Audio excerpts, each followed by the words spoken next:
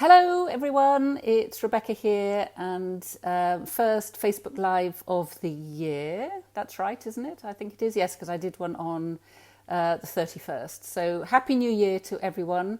I hope that 2020 has started well for you. So a couple of things I wanted to talk about today. The first being Bea has written a blog that we posted yesterday. Hopefully you'll have seen it. I love it and I think it's a really powerful piece of writing. She's talking all about the, as she calls it, the BS of the kind of the whole New Year, New You stuff, advertising, marketing, whatever you want to call it.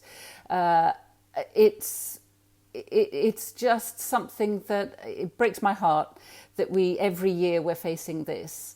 I've just started at the end of last year having a personal trainer. Sounds grand, but it's not really.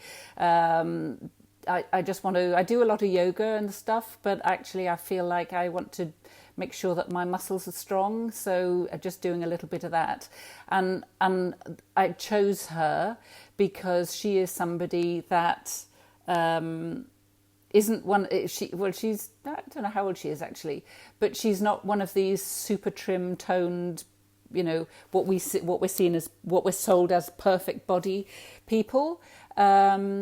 She will not take on clients who are looking to actually lose weight, which I think is wonderful. So she is literally, it's about, for me, it's just making sure that I'm strong as I get older, that I'm not vulnerable to aging bones, etc., etc. So all of that, which was so interesting. So she loved the blog that Bea had written.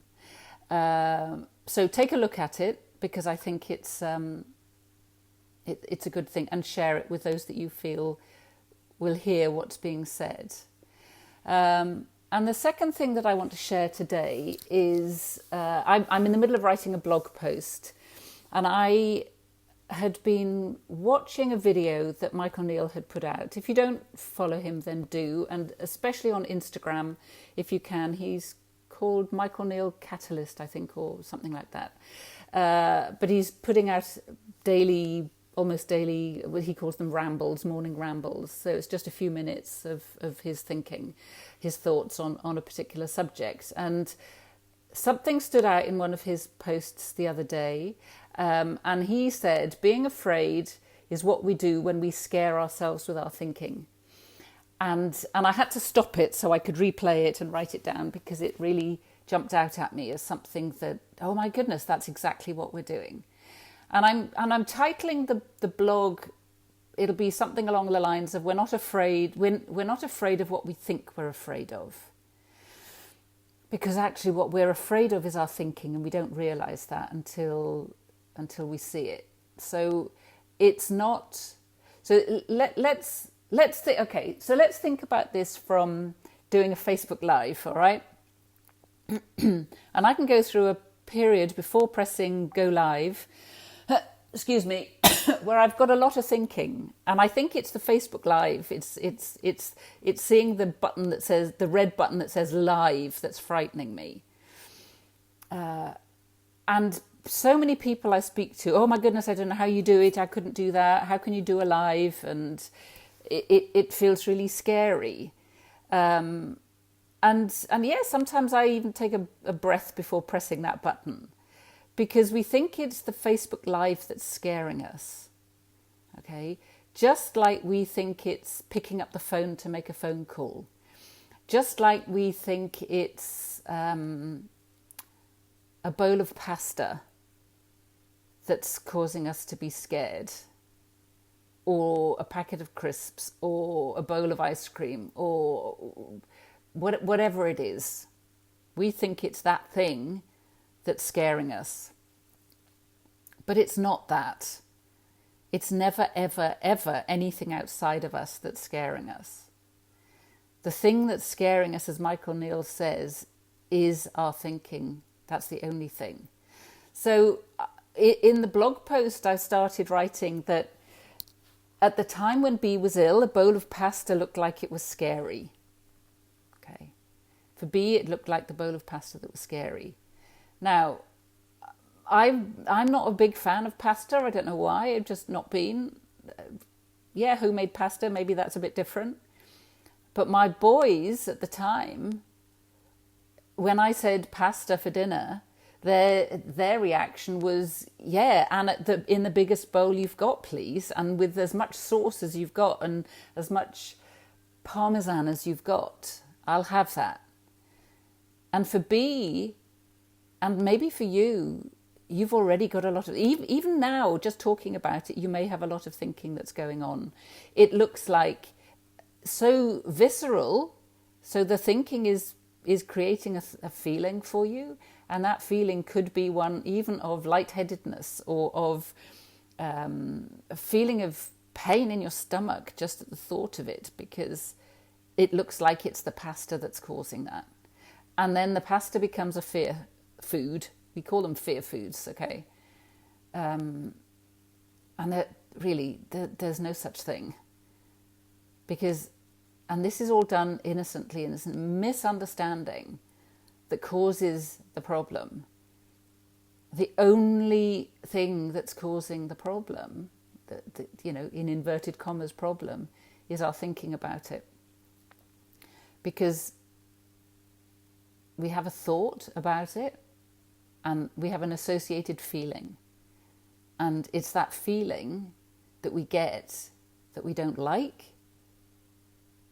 Okay, so we relate it back to the thing, which is the food in this instance. Or it might be the Facebook Live. Okay, so let's say it around the Facebook Live. A Facebook Live is scary, let's say. So I'm not going to do that because I don't want to feel that feeling. So I'm going to avoid it. And you can see how that happens in life, that we have a feeling about something which has come from a thought, and if we don't like that feeling, we're going to avoid it. We're going to do anything we can to avoid it. And we shrink our lives. We shrink our lives. We shrink what we eat, because we think it's the food itself or the activity or whatever it might be that's causing us to feel a certain way, when it's not. The only thing that's doing that is our thoughts about it. And I guess something a client said to me, and forgive me if I've shared this already, but I because I know I've talked about it before, but it bears repeating. A client of mine who'd been struggling with self-harm, we'd had a conversation and I'd seen her a few weeks later, and she said to me, I've not harmed myself in 2 weeks, which was kind of unheard of for her. She'd not been tempted to do it. And I said, so what happened? Because this feels like it's a big thing. And she said to me, I just never realised I didn't have to act on every thought I had. Sorry, I was being called. I just never realised that I didn't have to act on every thought I had. And in that moment, there's freedom. Can you see? There's freedom in that, when we see that that's what we've been doing. We've been acting on every thought we had. And when you see that, then that's where that's the kind of the birthplace of recovery, if you like. Because we can have the thoughts, okay? They can, we don't get to choose our thoughts. We don't get to choose them. But what we don't have to do is take them as fact. Okay, so we can have a thought that's like, a Facebook Live is a scary thing to do. Yeah, sure. Maybe it feels a bit of discomfort, but we can do that. We can do discomfort. That's not a problem. But I don't need to let it become the thing that's going to stop me from coming on here and sharing some thoughts with you. Okay, same with the bowl of pasta. All right, it's not the pasta that's scary, because if it was scary, if the pasta itself was scary, then everybody else would be scared of it as well, and they're not. Okay, so when we can see that it's just a thought, that in that moment pasta looks scary, but actually, if you think about it logically, pasta doesn't have that. Pasta doesn't have that kind of ability to be scary, does it? Let's thinking about it logically, it just can't do that. And if it was, then everybody would feel it, but they don't. The only thing that's scaring us is our thinking about it, and that's just this innocent misunderstanding. So it's been a bit of a ramble today. But I hope you get the gist of what I'm saying. Now, whether this resonates with you or whether it infuriates you, I don't know. But come back with any questions, any thoughts that you've got on this subject, because I would love to have that conversation with you. So take a look at Bee's blog. There's a link to it on our Facebook page, or you can head to our website recoveryfromwithin.life/blogs, and it'll pop up there. So I hope that's helpful today. As I say, do come back to me with any thoughts, questions, whatever you've got, anything that you want us to talk about on here, then let's do that as well. So have a great week, and I will speak to you again next week. Bye for now.